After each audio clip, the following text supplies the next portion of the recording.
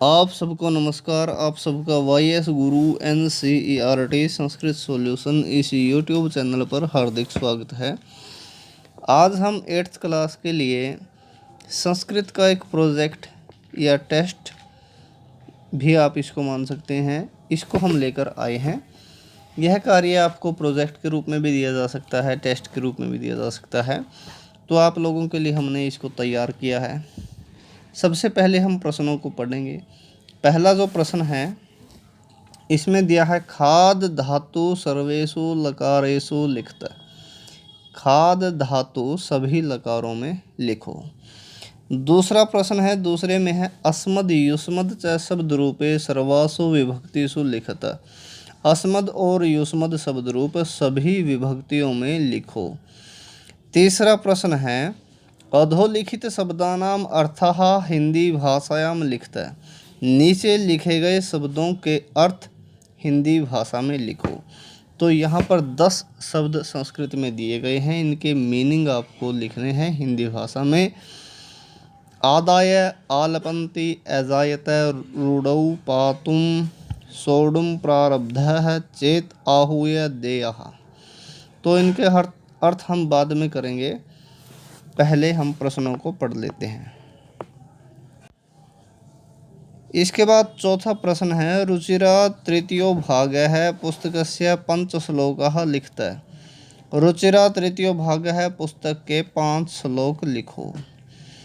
अंतिम और 5वां प्रश्न जो है वो है एक पंचाशतः सप्ततिः पर्यंतम संख्या संस्कृते लिखत। 51 से 70 तक संख्या गिनती संस्कृत में लिखो। तो ये तो थे प्रश्न। अब रही बात इनके सॉल्यूशन की या आंसर की, उसके लिए हम आपको बता देना चाहते हैं। पहला जो प्रश्न है खाद धातु सर्वेषु लकारेषु लिखत। ये जो खाद धातु है इसका लिंक हमने इसी वीडियो के नीचे डिस्क्रिप्शन में डाल दिया है, वहाँ से आप खाद धातु को लिख सकते हैं। दूसरा प्रश्न है अस्मद युष्मद शब्द रूप। तो अस्मद और युष्मद इन दोनों शब्द रूपों की अलग अलग 2 वीडियो के लिंक भी हमने इस वीडियो के नीचे डिस्क्रिप्शन में डाल दिए हैं, वहाँ से आप इन दोनों शब्द रूपों को लिख सकते हैं। इसके बाद चौथा प्रश्न जो है रुचिरा तृतीयो भाग है, इस पुस्तक के 5 श्लोक लिखने हैं। तो एक श्लोक वाले पाठ का लिंक हमने आपके लिए इस वीडियो के डिस्क्रिप्शन में डाल दिया है, वहाँ से आप 5 श्लोक लिख सकते हैं। और अंतिम प्रश्न जो संख्या वाला है, संख्या संस्कृत में संख्यावाचक शब्दों की वीडियो का लिंक भी हमने इस वीडियो के नीचे डिस्क्रिप्शन में आपके लिए डाल दिया है, वहाँ से आप 51 से 70 तक की संख्या संस्कृत में लिख सकते हैं। अब रह गए तीसरा प्रश्न, तीसरे प्रश्न के शब्दों के अर्थ वो हम आपको बता देते हैं। तो पहला जो प्रश्न है आदाय। आदाय यहाँ पर आप लोगों के लिए हमने अर्थ इन शब्दों के लिख दिए हैं। आप सुनते रहें कि शब्द का कौन सा अर्थ लिखा है। पहला जो शब्द है आदाय। आदाय का अर्थ होता है लेकर। आदाय मतलब लेकर। इसके बाद दूसरा शब्द है हमारा आलपंती। आलपंती का मतलब है बात करती हुई। आलपंती अर्थात बात करती हुई या बातें करती हुई, ठीक है। एजायत जो शब्द है इसका अर्थ होगा पैदा हुई। एजायत मतलब पैदा हुई। और इसके बाद है रूढ़ौ। रूढ़ौ का मतलब है रिवाज में। रूढ़ौ रूढ़ी में या रिवाज में। और अंतिम जो शब्द है पातुम, ऊपर वाली लाइन का, उसका अर्थ है पीने के लिए। पातुम अर्थात पीने के लिए, ये पूरा इसका अर्थ है। और नीचे की लाइन में पहला जो शब्द है सोडुम। सोडुम का मतलब है सहने में। सोडुम का मतलब सहने में, ये कोमा लगा रखा है। दूसरा शब्द है प्रारब्ध। प्रारब्ध का मतलब है शुरू किया।